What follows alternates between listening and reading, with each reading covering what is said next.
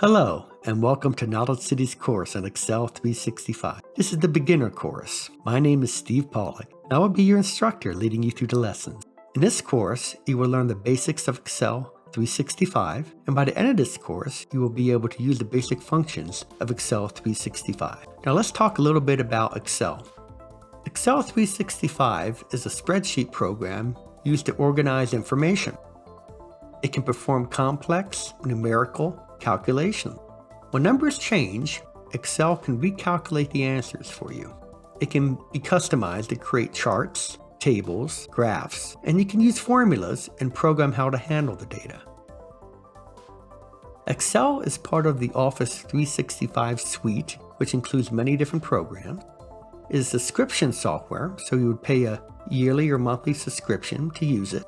Excel can work with other Office software such as Word and Access and other programs. MS Office can also be standalone software. Now let's get started with the course.